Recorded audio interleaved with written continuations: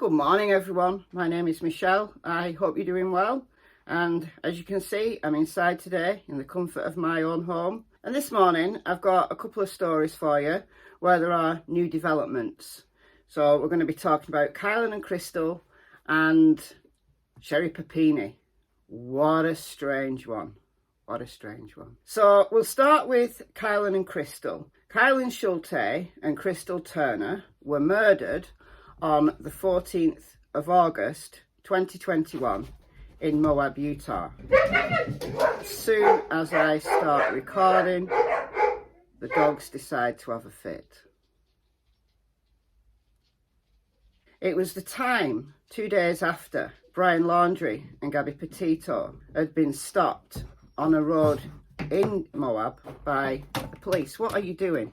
Why are you being naughty? Come on, lie down. Come on, lie down. They've already had a walk. I don't know what they're doing.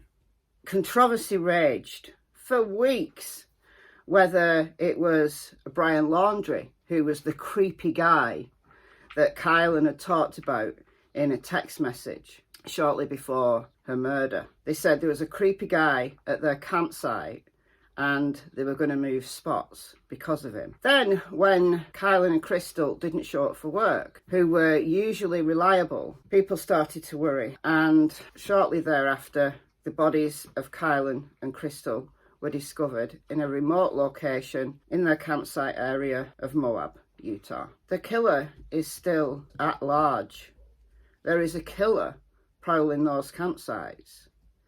There is a killer who is deemed to be not Brian Laundrie. Can you help? If you know anything, if you heard anything, if you suspect anything, please ring the number that is on your screen. There is a killer at large. Somebody must know something. The new development is that they believe that Kylen and Crystal were murdered around 11:35 a.m. on the morning of the 14th of August.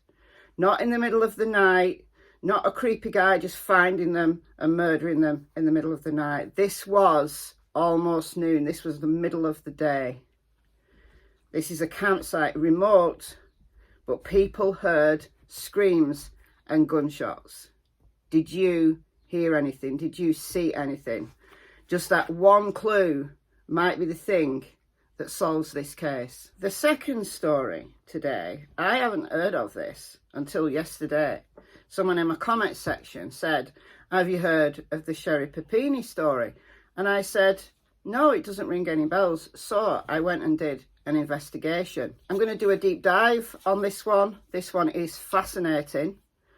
But Sherri Papini was allegedly kidnapped on the 2nd of November 2016. She was supposedly out jogging.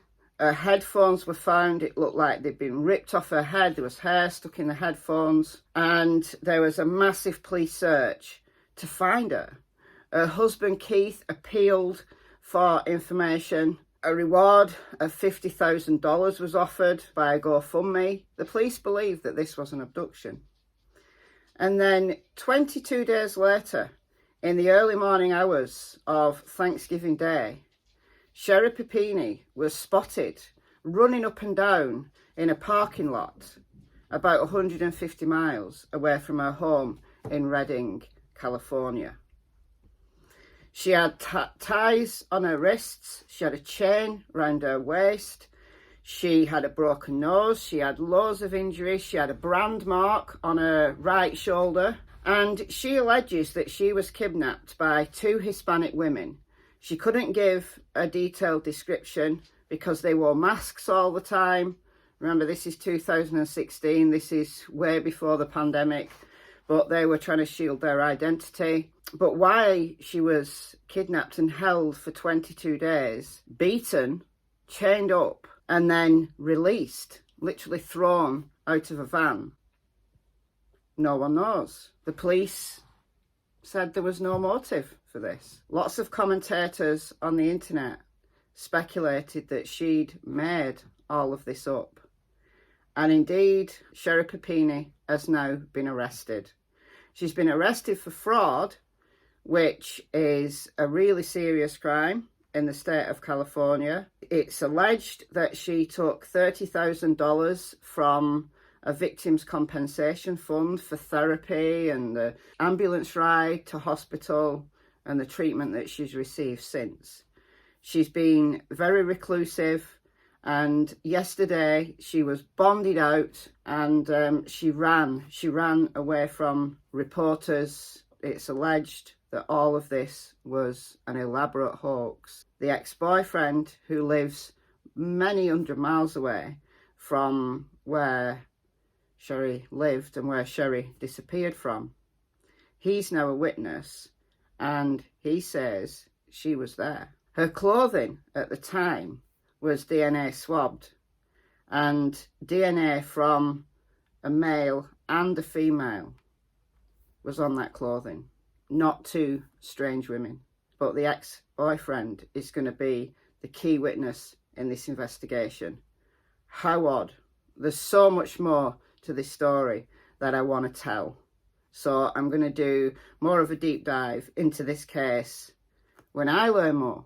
But have you heard about this case? Let me know in the comments. You, if you've been following this case, may know a lot more than I do at this current moment in time.